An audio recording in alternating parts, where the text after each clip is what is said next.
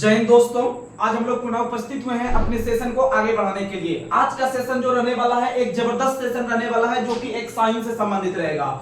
और साइंस का जो टॉपिक रहेगा इसमें लगभग आपको केमिस्ट्री, फिजिक्स और बायोलॉजी ये तीनों से क्वेश्चन रहेगा। और ये तीनों मतलब कि आपको जो भी कंपटीशन का तैयारी कर रहे हैं, यानी कि आप एसएससी या रेलवे या आप स्टेट लेवल का अगर आप तैयारी करने के लिए कोशिश कर रहे हैं या फिर आप लगे हुए हैं जी जान लगा के, तो आप लोग जो है कि आराम से इस क्लास को आप अपने क्लास के माध्यम से अपने आप को डेवलप करने का जो है कि प्रयास कर सकते हैं। तो चलिए आज का पहला सवाल, और जिस तरह से आप लोग तैयारी कर रहे हैं उस तरह से आप तैयारी करते रहिएगा, थोड़ा सा भी कमी अपने तैयारी में नहीं आने दीजिएगा। तो चलिए आज को सेशन को हम लोग शुरू कर रहे हैं। तो आज का पहला सवाल आप लोग को बताना है कि प्रकाश संश्लेषण में प्रयुक्त होने वाले कारक कौन कौन से हैं। प्रकाश संश्लेषण जो होता है यानी फोटोसिंथेसिस जो होता है, यानी प्रकाश संश्लेषण जो होता है, तो इसमें प्रकाश संश्लेषण की प्रक्रिया में शामिल होने वाले कारक कौन कौन से हैं। तो आप लोग को बता दें कि प्रकाश संश्लेषण जो होता है, सबसे पहले आप लोग को पता है सूर्य की उपस्थिति में प्रकाश संश्लेषण जो होता है वह सूर्य अर्थात सूर्य के प्रकाश की उपस्थिति में होता है।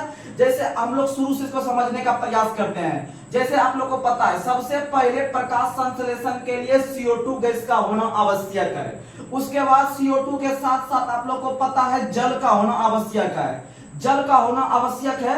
उसके बाद आप लोग को पता है कि जल होने के साथ साथ ही आपको प्रकाश का होना आवश्यक है। और जहां पर प्रकाश पड़ेगा वह उस जगह पे पड़ेगा जिसका नाम है क्लोरोफिल। क्या नाम है? क्लोरोफिल या क्लोरोप्लास्ट उसको बोल सकते हैं, जो कि हर एक पेड़ पौधे में पाया जाता है। और तब जाकर यह लास्ट में जो बनेगा वह क्या बनेगा, तो आप लोग को पता है कि यह बनेगा आपका C6H12O6 बनेगा। और साथ ही आप लोग को पता है कि यह जल निकलेगा बाहर, यानी H2O निकलेगा। और प्लस लास्ट में आपका जो है कि ऑक्सीजन निकलेगा। क्या निकलेगा? ऑक्सीजन। अगर हम इसको संतुलित करने का प्रयास करते हैं तो 6 से यहां पर गुना करना होगा, यहां पर 12 से गुना करना होगा। उसके बाद अगर हम बात करते हैं यहां भी आपको 6 से जल में गुना करना होगा और इधर आपका 6 ऑक्सीजन में गुना करना पड़ेगा। यानी एक प्रकार से बोल सकते हैं कि यहां से लेकर यहां तक जो कारक हुआ ये मेरा प्रकाश संश्लेषण में उपयोग आने वाला कारक हुआ।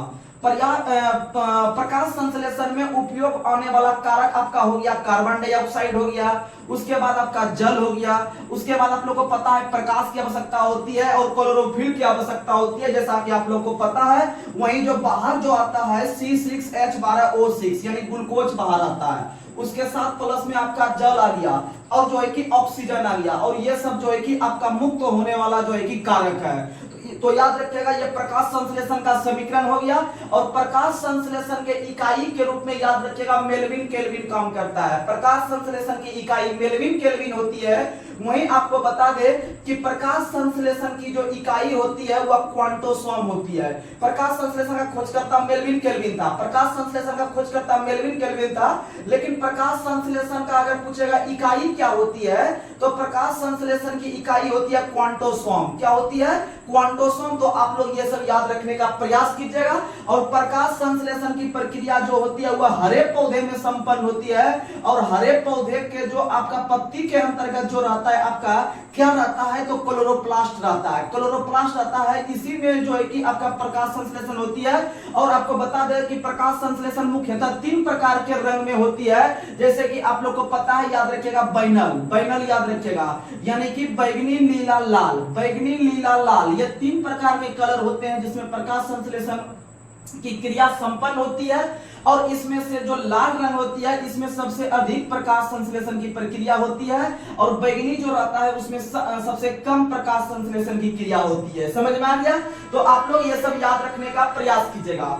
तो चलिए हम लोग धीरे धीरे आगे बढ़ते हैं। अगला क्वेश्चन आप लोग को बताना है कि स्थलीय पौधे वायुमंडल से क्या ग्रहण करते हैं। तो स्थलीय पौधे वायुमंडल से कार्बन डाइऑक्साइड ग्रहण करते हैं। जबकि मान लीजिए कि जहां पर आपका जल में पौधा रहेगा, अगर मान लीजिए जल में पौधा रहेगा तो ये लोग ऑक्सीजन कहां से लाएगा, तो यह आपका जहां पर जल रहता है आपका इसके नीचे में, तो यहां से यह जल ग्रहण करने का प्रयास करते हैं। याद रख लीजिएगा। चलिए आगे बढ़ते हैं। अगला क्वेश्चन आप लोग को बताना है कि क्लोरोफिल के केंद्र में किस नाम का एक परमाणु होता है, तो मैग्नीशियम नाम का। किस नाम का?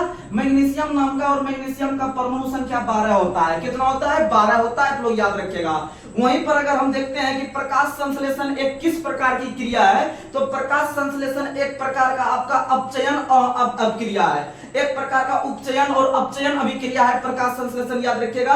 अगर हम बात करते हैं कि प्रकाश संश्लेषण की क्रिया कितने अवस्थाओं में होती है, तो प्रकाश संश्लेषण की प्रक्रिया जो है वह 2 अवस्थाओं में होती है, और 2 अवस्थाओं में पहला कौन सा है, प्रकाश रासायनिक अभिक्रिया। पहला है प्रकाश रासायनिक अभिक्रिया और दूसरा जो होता है आपका रासायनिक प्रकाशहीन अभिक्रिया। रासायनिक प्रकाशहीन, प्रकाशहीन का मतलब हो गया बिना प्रकाश के उपस्थिति में अभिक्रिया होती है। ये 2 प्रकार का आपका प्रकाश संश्लेषण होता है, आप लोग याद रखने का प्रयास कीजिएगा। तो अगला क्वेश्चन आप लोग को बताना है, विद्युत आवेश का एसआई इकाई क्या होता है, कूलम। विद्युत आवेश का एसआई इकाई क्या होता है, आप बताइएगा, कूलम होता है। और विद्युत धारा का एसआई मात्रक एम्पियर होता है, क्या होता है, एम्पियर। और विद्युत प्रतिरोध का मात्रक ओम होता है, क्या होता है, ओम। वहीं अगर बात करते हैं विशिष्ट प्रतिरोध का, तो विशिष्ट प्रतिरोध का जो एसआई मात्रक होता है वह ओम मीटर होता है। विशिष्ट प्रतिरोध का मात्रक क्या होता है, ओम मीटर होता है। वहीं पर अगर हम बात करते हैं कठोरता, कठोरता या चालकता, तो कठोरता या चालकता का एसआई मात्रक ओम इनवर्स होता है, क्या होता है, ओम इनवर्स, यानी कि प्रतिरोध का उल्टा हो गया कठोरता या चालकता। वहीं पर अगर हम बात करते हैं आपका कि वहीं अगर हम बात करते हैं आप लोग को कि चाल का मात्रक क्या होता है, तो चाल का मात्रक मीटर प्रति सेकंड, वेग का मात्रक हो गया मीटर प्रति सेकंड, और संवेग का मात्रक हो गया केजी मीटर प्रति सेकंड। संवेग का क्या हो गया, केजी मीटर पर सेकंड। वहीं पर अगर हम बात करते हैं आपका न्यूटन सेकंड किसका मात्रक होता है, तो न्यूटन सेकंड होता है आपका आवेग का मात्रक, आवेग का मात्रक होता है न्यूटन सेकंड। तो आप लोग ये सब याद रखने का प्रयास कीजिएगा। तो ये आगे बढ़ते हैं। अगला क्वेश्चन आप लोग को बताना है कि गति के दूसरे समीकरण द्वारा किसके किसके बीच संबंध को स्थापित किया जाता है। तो आप लोग को हम बता चुके हैं कि गति के 3 समीकरण होते हैं। 3 में से पहला होता है v बराबर u प्लस एटी, और दूसरा होता है आपका s बराबर ut plus half eighty square, और जो तीसरा होता है वो होता है आपका क्या, तो वो होता है आपका v स्क्वायर बराबर u स्क्वायर माइनस 2as। यानी कि यहाँ पर बोल रहा है कि गति के दूसरे समीकरण द्वारा, तो दूसरा समीकरण ये हो गया, यानी स्थिति और समय, स्थिति और समय के बीच का रिलेशन दिखाता है। अगला क्वेश्चन आप लोग बताइएगा कि कूलम्ब का नियम क्या कहता है। तो कूलम्ब का नियम वह कहता है कि 2 बिंदु आवेश के मध्य, 2 बिंदु आवेश के मध्य लगने वाला जो आपका आकर्षण बल होता है, 2 बिंदु के बीच लगने वाला जो आकर्षण बल रहता है, वह बल परिणाम 2 आवेशों की मात्रा के अनुक्रमानुपाती होता है और उनके दूरी के वर्ग के व्युत्क्रमानुपाती होता है। कहने का मतलब आपको हम बता चुके हैं, कुछ नहीं है इसमें। आपको हम बताए हैं कि 2 बिंदुओं के मध्य, मान लेते हैं 2 बिंदु, एक M1 और M2 है, इन दोनों के बीच लगने वाला जो आकर्षण बल होता है, तो आप लोग को बताए हैं वह होता है M1 गुना M2, अब बटे दोनों के बीच की दूरी मान लेते हैं R, तो इसका स्क्वायर के बराबर होता है, ये हो गया आपका लगने वाला बल, और यहाँ पर G से गुना होता है, यानी F बराबर G into M1 into M2 बटे R स्क्वायर। इसी को कहते हैं आकर्षण बल कहते हैं, या इसी को हम लोग प्रतिकर्षण बल कहते हैं। तो आप लोग याद रखिएगा, यानी ये दूरी के वर्ग के व्युत्क्रमानुपाती होता है और दोनों वस्तुओं का जो मास होता है उसका समानुपाती होता है, याद रख लीजिएगा। चलिए आगे बढ़ते हैं। अगला क्वेश्चन आप लोग को बताना है कि मनुष्यों में जो यकृत होता है, मनुष्यों में जो एक यकृत ग्रंथि होता है वह एक किस प्रकार का ग्रंथि है। तो जैसे कि आप लोग को बता देते हैं, यहां पर समझने का प्रयास कीजिएगा।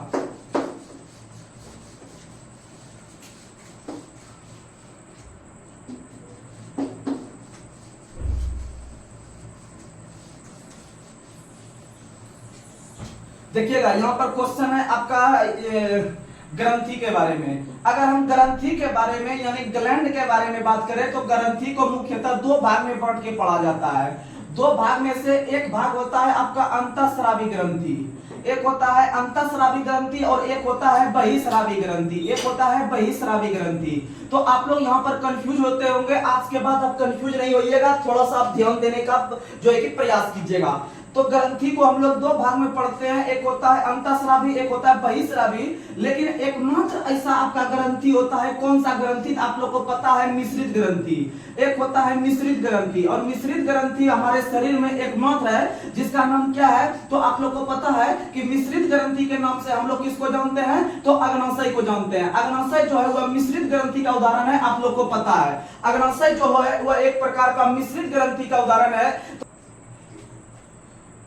तो याद रख लीजिएगा कि जो ग्रंथि हार्मोन का उत्सर्जन करता है उसको अंतःस्रावी कहते हैं, जो एंजाइम का उत्सर्जन करता है उसको बहिस्रावी कहते हैं। तो आप लोग ये याद रख लीजिएगा। लेकिन आप याद कैसे रखिएगा, आपको जुगाड़ देते हैं। जैसे समझिए आपके मुंह में या फिर आपके जो है कि जो रहता है मुंह में कौन कौन सा एंजाइम रहता है, पहले आप समझिए कि आपके मुंह में एंजाइम रहता है कि हार्मोन रहता है। तो आप लोग को पता है कि हमारे मुंह में जो है कि क्या रहता है, तो पता है कि एंजाइम रहता है, टाइलिन नाम का एंजाइम रहता है, जिसके कारण कि आप लोग को पता है कि रोटी का हम जब चबाते हैं तो हमको मीठा रंग मिलता है। इसका मतलब है कि मुंह में हार्मोन नहीं रहता है। हार्मोन जो है कि वो अंदर का चीज है और एंजाइम जो है वह हमारे मुंह में रहता है। और आप लोग को पता है कि मुंह में हम लोग जो चीज रखते हैं वह एंजाइम रखते हैं। इसका मतलब याद रखिएगा कि मुंह से हम लोग कभी कभी क्या करते हैं कि जो आपका रहता है थूक वगैरह बाहर भी फेंक देते हैं, यानी बहिस्रावी हो गया, यानी बाहर हम स्राव कर रहे हैं। तो याद रखिएगा मुंह ये में एंजाइम रहता है और मुंह से हम लोग बाहर स्राव करते हैं। इसका मतलब याद रखिएगा कि लाल ग्रंथि जो मुंह में रहती है वह एक प्रकार का बाह्य एंजाइम का स्राव करती है और वह बाह्यस्रावी ग्रंथि है। कैसा ग्रंथि है? बाह्यस्रावी ग्रंथि। आपको इसी से याद रखना है। तो याद रखिएगा कि मुंह जो है वह एक प्रकार का बाह्यस्रावी ग्रंथि है, क्योंकि वह हार्मोन का स्राव नहीं करती है, वह आपका एंजाइम का स्राव करती है। तो याद रखिएगा कि जब बाह्यस्रावी ग्रंथि एंजाइम ले लिया तो अंतःस्रावी ग्रंथि हार्मोन लेगा। क्या लेगा? हार्मोन। जैसे आप लोग को पता है, अगर हम बात करते हैं पीयूष ग्रंथि का, अगर हम बात करते हैं पीयूष ग्रंथि का, अगर हम बात करते हैं यकृत ग्रंथि का, तो ये सभी के सभी क्या हैं? ये सभी के सभी अंतःस्रावी ग्रंथि, क्योंकि ये जो है कि आपका हार्मोन का स्राव करती है। या फिर आप थायराइड ग्रंथि वगैरह ले लीजिएगा, ये सब आपका अंतःस्रावी ग्रंथि हो गया। वहीं पर लाल ग्रंथि जो होता है आपका बहिस्रावी ग्रंथि का उदाहरण है, क्योंकि यह आपके एंजाइम का स्राव करती है। और अग्नाशय एक या फिर पैंक्रियाज, अग्नाशय या पैंक्रियाज एक ऐसी ग्रंथि है जो कि आपका मिश्रित ग्रंथि या मिक्स्ड ग्लैंड के रूप में जाना जाता है। और आपको बात करते हैं अगर अग्नाशय का, अगर हम बात करते हैं अग्नाशय का, तो सुनिएगा अग्नाशय जो है जिसको हम लोग पैंक्रियाज करते हैं, तो अग्नाशय जो ग्रंथि है इसके द्वारा जो है कि लगभग वह इसमें 3 कोशिका पाई जाती है। अग्नाशय में 3 कोशिका पाई जाती है। अल्फा कोशिका हो गया, उसके बाद फिर आप लोग को पता है बीटा कोशिका हो गया और फिर गामा कोशिका हो गया। अल्फा कोशिका, बीटा कोशिका, गामा कोशिका, ये 3 कोशिका मिलती है अग्नाशय में। और तीनों जो है कि आपका अलग अलग जो है कि एंजाइम का स्राव करने का प्रयास करते हैं। तो कौन कौन सा जो है कि कोशिका कौन कौन सा एंजाइम का स्राव करते हैं, आप लोग को बता दे कि अल्फा, बीटा, गामा तीनों अलग अलग करता है। तो कौन कौन करता है? याद रखिएगा, ये जी करता है, ये आई करता है, ये एस करता है।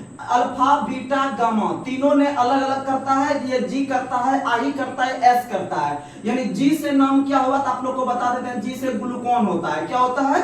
ग्लूकोन होता है। जी से ग्लूकोन होता है। और आई से इंसुलिन होता है। क्या होता है? इंसुलिन होता है। और एस से होता है सोमेस्टेटिन। एस से होता है सोमेस्टेटिन। याद रखिएगा, ये डायरेक्ट एग्जाम में क्वेश्चन पूछता है कि आपका अग्नाशय के किस कोशिका से ग्लूकोन नाम का आपका एंजाइम का या हार्मोन का स्राव होता है, बताइएगा आपका अल्फा।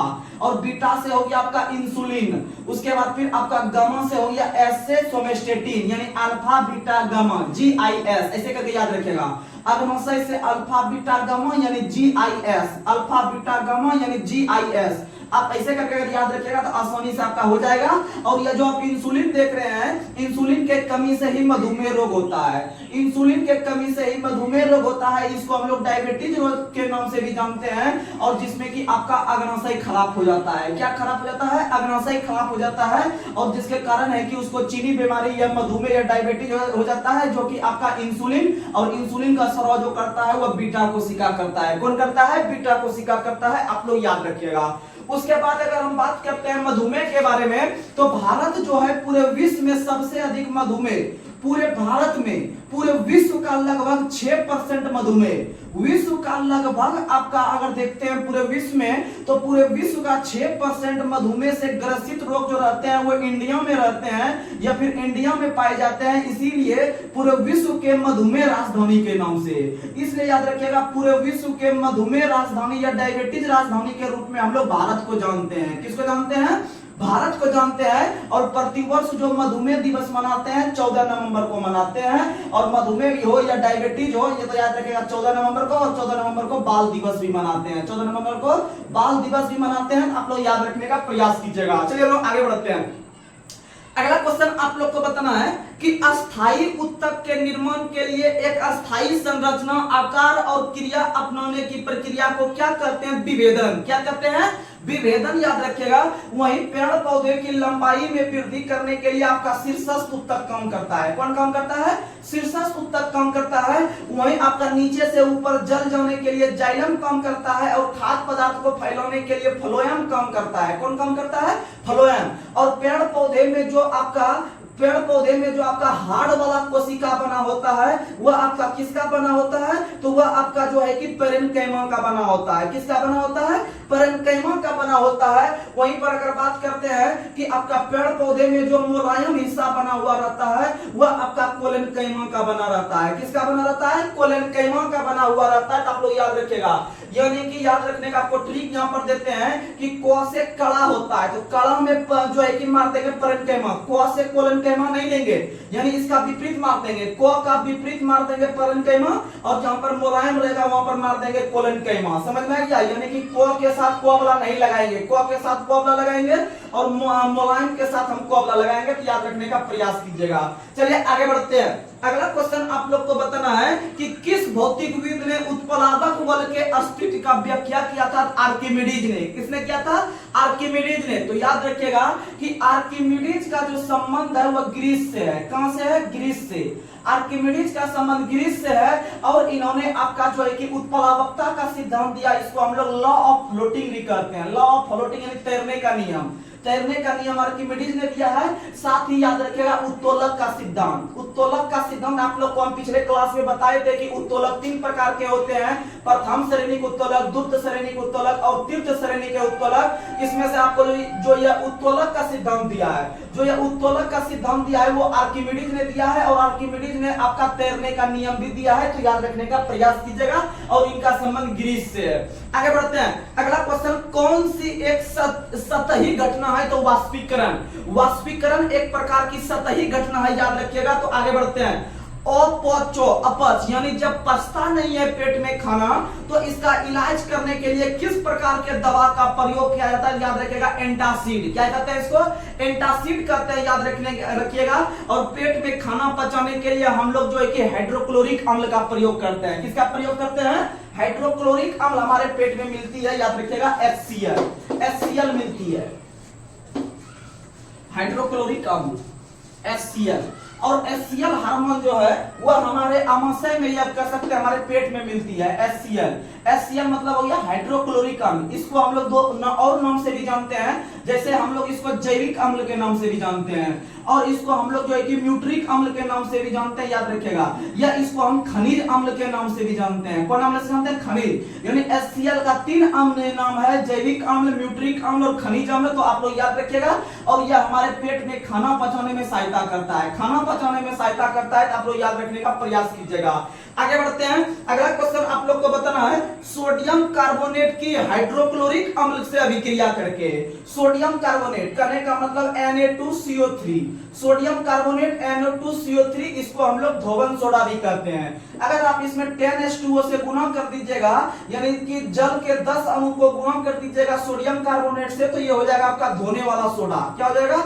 धोने वाला सोडा का रासायनिक सूत्र हो जाएगा वही अगर सोडियम कार्बोनेट में अगर हाइड्रोक्लोरिक अम्ल से अभिक्रिया करवाइएगा, तो आपका CO2 गैस बाहर आएगा। कौन सा गैस बाहर होगा? CO2 गैस बाहर होगा। याद रखिएगा। चलिए आगे बढ़ते हैं। अगला क्वेश्चन आप लोग को बताना है कि अमीबा में किस प्रकार का प्रजनन होता है? तो अमीबा में आपका बाइनरी विखंडन होता है। क्या होता है? बाइनरी विखंडन। याद रखिएगा। अगला क्वेश्चन आप लोग को बताना है कि हीरे के कार्बन परमाणु के बाहरी कोश में मुक्त इलेक्ट्रॉन की संख्या 0 होती है। कितनी होती है? 0 होती है। याद रखिएगा। अगला क्वेश्चन आप लोग को बताना है कि शुष्क लिटमस पेपर पर शुष्क HCl गैस की क्या क्रिया होती है? तो याद रखिएगा, शुष्क लिटमस पेपर पर शुष्क HCl गैस की उस पर कोई प्रक्रिया नहीं होती है। याद रखने का प्रयास कीजिएगा, क्योंकि आपको हम बताए थे कि लिटमस पेपर के बारे में। लिटमस पेपर जो होता है यह pH स्केल को दर्शाने का एक प्रकार का सूचक है, और इसमें से आपको हम ट्रिक बताए थे कि सबसे पहले आपका क्या होता है? तो सबसे पहले आपका अम्लीय होता है, उसके बाद बताए थे इसका उदासीन होता है, उसके बाद बताए थे लास्ट में क्षारीय होता है। क्या होता है? क्षारीय होता है। और इसमें से आपको हम ट्रिक दिए थे लीलय बॉनी। क्या बताए थे? लीलय बॉनी, लीलय बॉनी बताए थे। यानी कि लॉ से लिटमस दे देंगे, यानी यहाँ पर लिटमस लिखा रहेगा, लिटमस दे देंगे। उसके बाद ऐसे करके आपको हम बताए थे। तो इसमें से देखिएगा, तो इसमें से लीलय बॉनी यानी कि पहला जो लो आ जाएगा ये इसके लिए आ जाएगा अम्ल के लिए, यानी लाल हो जाएगा। फिर ब से बैगनी हो जाएगा आपका जो है कि उदासीन में, और फिर यहाँ से नी से हो जाएगा नीला हो जाएगा क्षारीय में। नीला क्या हो जाएगा? क्षारीय में। तो आप बोल सकते हैं कि लिटमस जो है, लिटमस जो है वह लाल, लिटमस जो है वह लाल अम्ल को क्षारीय में अगर देखिएगा तो नीला कर देता है। क्या कर देता है? नीला कर देता है। क्योंकि आप लोग को पता है कि लिटमस एक प्रकार का आपका सूचक के रूप में काम करता है। लिटमस का अम्ल विलयन का रंग लाल होता है, लिटमस के उदासीन विलयन का रंग बैंगनी होता है, लिटमस के क्षारीय विलयन का रंग नीला होता है। वहीं अगर हम देखते हैं इसके बाद आपको हम बताए थे आपका जो है कि methyl orange, methyl orange, methyl orange का अगर हम देखते हैं तो ये हो गया आपका लिटमस का। उसके बाद अगर हम देखते हैं मिथाइल ऑरेंज का, तो मिथाइल ऑरेंज के लिए आपको बताए थे मी गुना पी। क्या बताए थे? मी गुना पी, यानी कि मी से ले लेंगे मिथाइल और गु से ले लेंगे गुलाबी। यहाँ पर गुलाबी ले लेंगे पहला में, दूसरा में ना से ले लेंगे नारंगी। क्या ले लेंगे? नारंगी। और लास्ट में पी से ले लेंगे पीला। क्या ले लेंगे? पीला। आप लोग जो लगातार क्लास कर रहे होंगे आपको एहसास चल रहा होगा। उसके बाद अगर हम देखने का प्रयास करते हैं तो लास्ट में मेरा बच गया फिनोल्फथैलीन। क्या बच गया? फिनोल्फथैलीन, फिनोल्फथैलीन यानी फी वाला बच गया। तो आपको बताए थे यहाँ पर फिर रंगू। क्या बताए थे? फिर रंगू, फिर रंगू यानी फी से फिनोल्फथैलीन पकड़ लेंगे। उसके बाद रंगू यानी इसमें भी रंगहीन हो जाएगा और इसमें भी रंगहीन हो जाएगा, और लास्ट में गु से गुलाबी हो जाएगा। क्या हो जाएगा? गुलाबी हो जाएगा। तो आपको ये सब चीज हम बताए हुए हैं, तो आपको याद रखने का प्रयास कीजिएगा। और आपको बताए हैं कि पीएच स्केल का खोज 1909 में, पीएच स्केल का खोज 1909 में सोरेनसन ने किया है। किसने किया है? सोरेनसन ने किया है, याद रखिएगा। और पीएच वैल्यू जो रहता है वह 0 से लेकर 14 तक कवर करता है। उसमें से 0 से लेकर जो 7 तक रहता है वह अम्ल होता है, और 7 के बराबर जो होता है वह आपका उदासीन होता है। वहीं अगर बात करते हैं 7 से ज्यादा तो वह क्षारीय होता है। क्या होता है? क्षारीय होता है। आप लोग याद रखने का प्रयास कीजिएगा और आप लोग अधिक से अधिक सेट बनाने का प्रयास कीजिए, आपसे जो है कि क्वेश्चन बनेगा। अगला क्वेश्चन आप लोग को बताना है कि आधुनिक आवर्त सारणी में तत्वों को किस आधार पर व्यवस्थित किया गया है। तो आधुनिक आवर्त सारणी में तत्वों को परमाणु की बढ़ती संख्या के आधार पर रखा गया है। और आधुनिक आवर्त सारणी 1913 ईस्वी में मोसले ने दिया था, और मोसले का संबंध जो था वह ब्रिटेन से है। कहां से है? ब्रिटेन से है। और आवर्त सारणी जो पहली बार दिया था वो आपके 1869 में दिए थे, यानी जिस वर्ष आपका गांधी जी का जन्म हुआ था उसी वर्ष आपका ये मेंडलीफ के द्वारा जो है कि आवर्त सारणी देने का काम किया गया था। और मेंडलीफ ने जो आवर्त सारणी दिया था, मेंडलीफ ने जो आवर्त सारणी दिया था वह आपका परमाणु भार पे है। किस पे है? परमाणु भार पे आधारित है, आप लोग को पता है। और मेंडलीफ का आवर्त सारणी पहली बार आप लोग को पता है कि कब छपा था आपका पुस्तक में, याद रखिएगा 1875 में छपा था। कब छपा था? 1875 में, याद रखिएगा।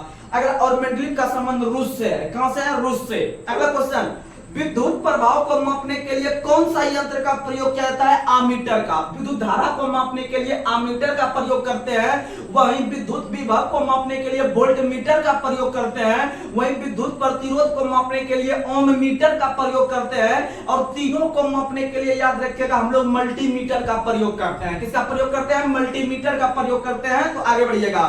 अगला क्वेश्चन बताना है कि पौधे में कौन सा हार्मोन के संचार के कारण प्रकाश की ओर पत्ती झुक जाता है? तो ऑक्सीजन। कौन सा? ऑक्सीजन। आप लोग को हम विभिन्न प्रकार का पादप हार्मोन बताए हैं, तो हम डेली नहीं बताएंगे, आप लोग याद रख लीजिएगा। आगे बढ़ते हैं। कवक की कोशिका भित्ति काइटिन की बनी होती है। कवक की कोशिका भित्ति काइटिन की बनी होती है। और जीवाणु की कोशिका भित्ति, जीवाणु की कोशिका भित्ति जो है कि आपका पेप्टिक्लोडेन की बनी होती है। पेप्टिक्लोडेन की बनी होती है। और वहीं पर अगर ये बात करते हैं पादप का, तो पादप का कोशिका भित्ति सेलुलोज की बनी होती है। पादप की कोशिका भित्ति किसकी बनी होती है? सेलुलोज की। और सेलुलोज का पाचन हमारा शरीर नहीं करता है। सेलुलोज का पाचन हमारा शरीर नहीं करता है। आगे बढ़ते हैं। अगला क्वेश्चन बताना है कि यांत्रिक ऊर्जा किसका किसका योग होता है। तो आप लोग को पता है ऊर्जा दो प्रकार की होती है, एक गतिज ऊर्जा होती है और दूसरा स्थितिज ऊर्जा होती है। अगर इन दोनों को जोड़ देते हैं तो हम लोग को यांत्रिक ऊर्जा मिल जाता है। क्या मिल जाता है? यांत्रिक ऊर्जा मिल जाता है। तो गतिज ऊर्जा प्लस स्थितिज ऊर्जा बराबर यांत्रिक ऊर्जा, गतिज ऊर्जा प्लस स्थितिज ऊर्जा बराबर यांत्रिक ऊर्जा। और गतिज ऊर्जा का सूत्र होता है हाफ mv² और स्थितिज ऊर्जा का होता है आपका क्या? तो mgh। क्या होता है? mgh। याद रखने का प्रयास कीजिएगा। तो चलिए हम लोग आगे बढ़ते हैं। अगला क्वेश्चन आप लोग को बताना है कि कार्बन 12 के एक मोल में कितने परमाणु होते हैं। तो इसी को हम लोग कहते हैं एवोगाड्रो संख्या।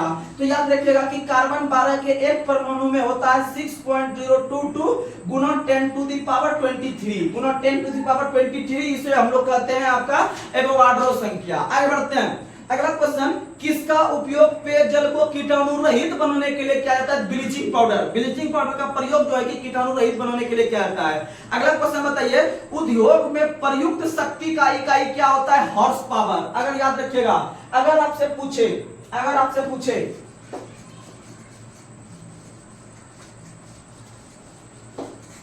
अगर आपसे क्वेश्चन पूछे कि शक्ति का SI मात्रक क्या होता है, तो शक्ति का SI मात्रक वाट होता है। लेकिन अगर क्वेश्चन पूछे कि उद्योग में शक्ति का मात्रक क्या होता है, तो याद रखिएगा हॉर्स पावर होता है। क्या होता है? Horse power. वहीं अगर बात करते हैं कि ट्रांसफार्मर में जो विद्युत शक्ति को दर्शाते हैं वो kVA में दर्शाते हैं। किसमें दर्शाते हैं? kVA में, किलो वोल्ट एम्पियर में दर्शाते हैं। वहीं याद रखिएगा कि विद्युत ऊर्जा का जो मात्रक होता है वो क्या होता है? किलोवाट घंटा। विद्युत ऊर्जा का मात्रक क्या होता है? किलोवाट घंटा। और 1 किलोवाट घंटा को हम लोग कहते हैं 1 यूनिट कहते हैं। जैसे आप लोग को बता देते हैं कि अगर आप ऊर्जा का इसको तोड़िएगा किलोवाट घंटा को, क्योंकि विद्युत ऊर्जा का मात्रक होता है किलोवाट घंटा, ऐसे ऊर्जा का SI मात्रक जूल होता है। ऊर्जा का भी SI मात्रक जूल होता है और आपको पता है कि कार्य का भी SI मात्रक जूल होता है। लेकिन अगर आप इसको इसमें तब्दील करके देखिएगा तो याद रखिएगा कि 1 किलोवाट घंटा का जो मान आता है उसी को हम लोग 1 जूल करते हैं, 1 यूनिट करते हैं। एक क्या कहते हैं? 1 यूनिट करते हैं। तो याद रखिएगा, तो 1 किलोवाट घंटा को तोड़ते हैं तो 1 किलो का मतलब हो गया 1000 वाट गुना 1 वाट, ये मतलब 21 गुना होगा 1 घंटा, यानी कि 3600 सेकंड हो गया। इसको जब गुना कीजिएगा तो हो जाएगा 36 पे 00 इधर से 000 हो गया। यानी इसको जब आप 10 के घात में लिखिएगा तो इसको लिख सकते हैं 3.6 गुना 10 पे पावर 6 जूल। 3.6 गुना 10 पे पावर 6 जूल हो गया आपका किसका? तो 1 किलोवाट घंटा का मान हो गया। और इसको हम लोग कहते हैं 1 यूनिट कहते हैं। क्या कहते हैं? 1 यूनिट। जैसे आप लोग को पता है कि अगर आपके घर में मान लीजिए अगर बिजली वाला आता है और बिजली का चेक करके बोलता है कि इस महीने में आपका 5 यूनिट बिजली खपत हुआ है, तो आप समझिएगा कि 5 यूनिट हुआ है। लेकिन अगर पूछेगा कि इसका मान बताइए जूल में कितना होगा, कितना जूल आप खर्च किए हैं, तो आप इसको किससे गुना कर दीजिएगा डायरेक्ट? तो आप लोग कर दीजिएगा 3.6 गुना 10 पे पावर 6 से। तो आपका आंसर आ जाएगा किसमें? जूल में। और एग्जाम में डायरेक्ट क्वेश्चन ही पूछा गया है कि 5 यूनिट बिजली का मान बताइए जूल में कितना होगा। तो आप लोग आराम से इसको गुना कर सकते हैं 3.6 से, क्योंकि 3.6 गुना 10 टू द पावर 6 जो होता है वो आपका 1 किलोवाट घंटा का मान होता है, यानी आपका 1 यूनिट का मान होता है। आप इसको गुना कर दीजिएगा तो आपका टोटल मान जूल में आ जाएगा। समझ में आ गया? तो आप लोग ऐसे करके बना सकते हैं, आपका आराम से सही आंसर आ जाएगा। तो चलिए हम लोग आगे बढ़ते हैं। वहीं पर आपको पता है एक सूत्र होता है, इसमें से बता देते हैं, आपका होता है NPHD बटे 1000। NPHD बटे 1000 का मतलब होता है कि अगर क्वेश्चन दे आपको न्यूमेरिकल में कि मेरे घर में बल्ब की संख्या 10 है, वहीं पर अगर बात करते हैं कि सभी बल्ब का जो पावर या जो शक्ति है वह 10 वाट है, और इसमें से अगर बात करते हैं कि प्रतिदिन हम जो है कि 10 घंटा तक जलाते हैं, और जो है कि यह 5 दिन तक, और कितने दिन हम जलाते हैं, तो हम 10 दिन तक जलाते हैं। तो इसका मतलब NPHD ये सबका मान हो गया। N का मतलब हो गया आपका नंबर ऑफ बल्ब की संख्या, ये नंबर ऑफ पंखा की संख्या। तो याद रखिएगा N का मतलब हो गया बल्ब की संख्या, P का मतलब हो गया पावर, यानी कितने शक्ति वाला आप जला रहे हैं, और H का मतलब है डेली के हिसाब से कितने आप जो है कि आवर्स जला रहे हैं, और D का मतलब है या डेज, यानी कितना दिन तक जला रहे हैं। अगर मान लीजिए एक ही दिन जला रहे हैं तो आप एक ही रखिएगा। तो आप इसको क्या कर दीजिएगा कि अगर सबका मान 10 दिया है तो 10 गुना 10 गुना 10 गुना 10 हो जाएगा। वहीं आप सबको 1000 से भाग दे दीजिएगा। तो 101010101010 यानी आपका मान आ गया 10 यूनिट। कितना मान आ गया? 10 यूनिट मन हो गया, तो आप लोग इसका आंसर बोल दीजिएगा कि सॉरी आपको जो है कि ये हो गया आपका 10 यूनिट का मान। अगर बोलेगा कि आपको 5 रुपया प्रति यूनिट के हिसाब से बिजली लगेगा तो कुल बताइए कितना रुपया देना पड़ेगा। तो आपको टोटल लगा है 10 यूनिट, 1 यूनिट का मान 5 रुपया वैल्यू चल रहा है, ऐसे अभी 8 रुपया के हिसाब से चल रहा है। तो अगर 8 रुपया के हिसाब से लेगा तो 10 8 80 रुपया आपको देना पड़ेगा, या 5 रुपया के हिसाब से लेगा तो 10 5 50 रुपया देना पड़ेगा। समझ में आ गया? आप लोग ऐसे करके निकाल सकते हैं इसका आंसर। तो चलिए हम लोग आगे बढ़ते हैं। अगला क्वेश्चन आप लोग को बताना है, कार्य करने की क्षमता को क्या कहते हैं? ऊर्जा। कार्य करने की क्षमता को ऊर्जा कहते हैं, कार्य करने की दर को शक्ति कहते हैं। और कार्य करने की दर को शक्ति, इसका मतलब है कार्य करने की दर को शक्ति, इसका मतलब कार्य में समय से भाग लगेगा, और कार्य को हम लोग W से डिनोट करते हैं और समय को T से, यानी W/T। और W को हम लोग कहते हैं जूल और T को कहते हैं समय, यानी जूल पर सेकंड जो हो गया वह शक्ति का मात्रक हो गया। किसका मात्रक हो गया? शक्ति का मात्रक हो गया। इसी को हम लोग कहते हैं वाट। क्या कहते हैं? वाट। आगे बढ़ते हैं। अगला क्वेश्चन आप लोग को बताना है कि बल के समीकरण में F किसके बराबर होता है? तो F बराबर ma, F बराबर ma। और जितना क्वेश्चन आपको बता रहे हैं ये लगभग आपका ALP में पूछा हुआ क्वेश्चन है। TCS ने जो एग्जाम करवाई थी पिछले बार, उसी लेवल का हम आपको क्वेश्चन रख रहे हैं, उसे मिलता जुलता। तो आप लोग जो है कि ज्यादा हड़बड़ाइएगा नहीं, आप आराम से कवर कीजिए सब चीज को। एग्जाम में खाली हड़बड़ नहीं करना है, रिजल्ट आराम से हो जाएगा। चलिए आगे बढ़ते हैं। अगला क्वेश्चन आप लोग को बताना है कि किसी फूल के मादा प्रजनन हिस्से को क्या कहते हैं? अंडक। क्या कहते हैं? अंडक। अगला क्वेश्चन आप लोग को बताना है कि रक्त का कौन सा घटक भोजन, CO2 और नाइट्रोजन युक्त कचरे का परिवहन करता है? प्लाज्मा। कौन करता है? प्लाज्मा। अब आपको हम थोड़ा रक्त के बारे में बता देते हैं, तो समझिएगा रक्त के बारे में।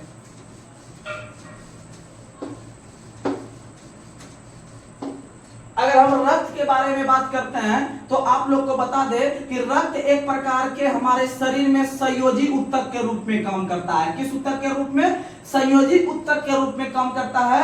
और रक्त का जो लाल रंग होता है वह हीमोग्लोबिन के कारण होता है। रक्त का लाल रंग हीमोग्लोबिन के कारण होता है। और हीमोग्लोबिन में आपका हीम नाम का जो है कि प्रोटीन मिलता है। और रक्त का जो थक्का बनता है, रक्त का जो थक्का बनता है वह किसके कारण? फाइब्रिनोजिन के कारण। फाइब्रिनोजिन के कारण रक्त का थक्का बनता है। वहीं रक्त का थक्का जो नहीं बनता है हिपेरिन के कारण। किसके कारण? हिपेरिन के कारण नहीं बनता है। और आपको बता दे कि रक्त का थक्का फाइब्रिनोजिन के कारण बनता है, वहीं पर थ्रोम्बिन के कारण बनता है, वहीं विटामिन के कारण बनता है। ये सब कारण है आपका रक्त का थक्का बनने का। और हिपेरिन के कारण रक्त का थक्का नहीं बनता है। वहीं हमारे शरीर में एक रोग होता है हीमोफीलिया। हीमोफीलिया रोग में भी शरीर में रक्त का थक्का नहीं बनता है। और हीमोफीलिया रोग को शाही रोग के नाम से जानते हैं। किस रोग को नाम से जानते हैं? शाही रोग के नाम से जानते हैं। वहीं हमारे शरीर में टोटल अगर रक्त परिवहन करने में कितना समय लगता है? याद रखेगा 23 सेकंड। कितना समय लगता है? 23 सेकंड याद रखेगा। और आप लोग को बता दे कि रक्त के अंतर्गत विभिन्न प्रकार के घटक होते हैं, जैसे कि आपके आरबीसी हो गए, जैसे आपके डब्ल्यूबीसी हो गए, जैसे आपके प्लेटलेट्स हो गए। ये सब आपके जो हो गए, ये सब आपके रक्त के घटक हो गए। तो आरबीसी का मतलब होता है red blood corpuscles. Red blood corpuscles और आरबीसी का जो आपका जीवन काल होता है शरीर में, वो होता है 20 से 120 दिन तक। 20 से 120 दिन तक आपका आरबीसी का जीवन काल होता है। वहीं पर हम लोग को पता है कि आरबीसी को हम लोग जानते हैं किस नाम से? तो आरबीसी को हम लोग जानते हैं आपको इरिथ्रोसाइट के नाम से। किस नाम से? इरिथ्रोसाइट के नाम से जानते हैं। वहीं अगर डब्ल्यूबीसी का बात करते हैं तो डब्ल्यूबीसी का जो कार्यकाल होता है वह होता है कितना दिन? तो वह होता है 2 से 4 दिन। कितना होता है? 2 से 4 दिन होता है डब्ल्यूबीसी का आपका जीवन काल। वहीं डब्ल्यूबीसी को हम लोग क्या कहते हैं? ल्यूकोसाइट। डब्ल्यूबीसी को हम लोग ल्यूकोसाइट करते हैं। और ये दोनों को आपको हम जुगाड़ दिए हैं कि किस किस नाम से जानते हैं, तो आपको हम बताए ट्रिक REWL। REWL यानी R यानी रेड ब्लड कॉर्पोसल्स, यानी आरबीसी। आरबीसी को E से कहते हैं और डब्ल्यूबीसी को L से कहते हैं, यानी कि रेड ब्लड यानी आरबीसी को इरिथ्रोसाइट और डब्ल्यूबीसी को ल्यूकोसाइट कहते हैं। समझ में आ गया? वहीं प्लेटलेट्स का अगर बात करते हैं तो प्लेटलेट्स जो होता है इसको हम लोग हिंदी में कहते हैं रक्त बिंबाणु। क्या कहते हैं? रक्त बिंबाणु। और रक्त बिंबाणु का जो कार्यकाल रहता है वह 3 से 5 दिन रहता है। 3 से 5 दिन रहता है। और प्लेटलेट्स को भी हम इस तरह से कहते हैं, तो क्या कहते हैं? तो आप लोग याद रखेगा, इसको हम लोग थ्रोम्बोसाइट कहते हैं। क्या कहते हैं? थ्रोम्बोसाइट कहते हैं, याद रखने का प्रयास कीजिएगा। और प्लेटलेट्स की संख्या पता है, एक बीमारी होती है डेंगू, डेंगू बीमारी में ही प्लेटलेट्स की संख्या एकदम कम हो जाती है। तो इसका मतलब है कि जब डेंगू बीमारी होती है तो प्लेटलेट्स की संख्या जो है कि बहुत कम होकर आपका जब आ जाती है तो शरीर में कमजोरी आ जाती है, क्योंकि खून जो है वह पानी में तब्दील हो जाती है। तो याद रखिएगा कि प्लेटलेट्स ऐसे लगभग आपका 3.5 लाख से 4.5 लाख के बीच होना चाहिए एक स्वस्थ मनुष्य में। लेकिन डेंगू बीमारी होने पर प्लेटलेट्स की संख्या में भारी गिरावट आके लगभग 10,000, 15,000, 20,000 तक भी आ जाता है, जिसके कारण समझिए स्थिति उनका बहुत डेंजरस हो जाता है। तो ये डेंगू बीमारी जब होता है तो व्यक्ति में रक्त विमानों की कमी हो जाती है।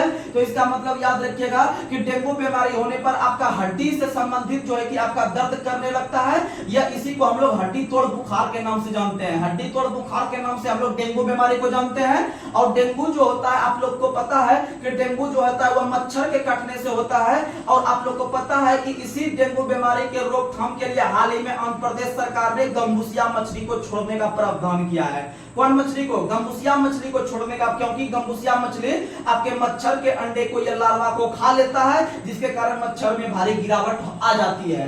और प्रत्येक वर्ष जो डेंगू दिवस मनाते हैं 16 मई को, कब मनाते हैं?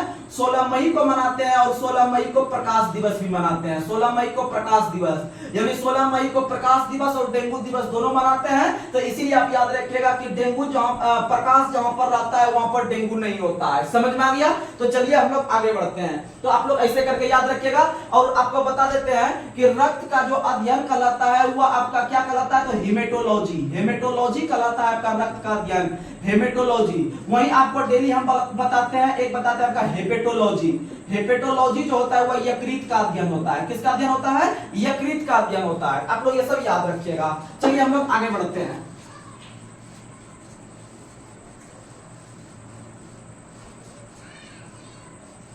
अभी साइंस में और हम लेवल बढ़ाएंगे, उसके लिए आप टेंशन नहीं लीजिए। लेकिन जब जितना क्वेश्चन करवाते हैं आप कवर करके रखिए। आपको देखिएगा एएनपी का लड़का भी मेरे पास बहुत सारा जुड़ा हुआ है, तो उनका तो कवर होगा ही होगा। लेकिन उसके साथ साथ आपका बिहार एसएससी के अंतर्गत जो है वो समझिए इससे ज्यादा लेवल साइंस का नहीं रहता है। 1-2 क्वेश्चन पूछता है हार्ड, बाद में आपका नॉर्मल क्वेश्चन रहता है, तो आप लोग आराम से कवर कीजिएगा तो हो जाएगा। अब जो है कि एनटीपीसी हो गया, उसके बाद ग्रुप डी हो गया, उसके बाद फिर आपका आरपीएफ हो गया, आरपीएफ ये सब आपका आराम से कवर करेगा। आप लोग अच्छा से तैयारी कीजिए और जिस दिन एग्जाम दीजिएगा आपको पता चल जाएगा कि मेरा क्वेश्चन किस लेवल से पढ़ा रहे थे, आखिर उस लेवल से टच किया क्वेश्चन की नहीं किया, तब फिर आप हमको बताइएगा, आराम से हो जाएगा कवर। लेकिन आप डेली प्रतिदिन के हिसाब से एक सेट लगाना चालू कीजिए।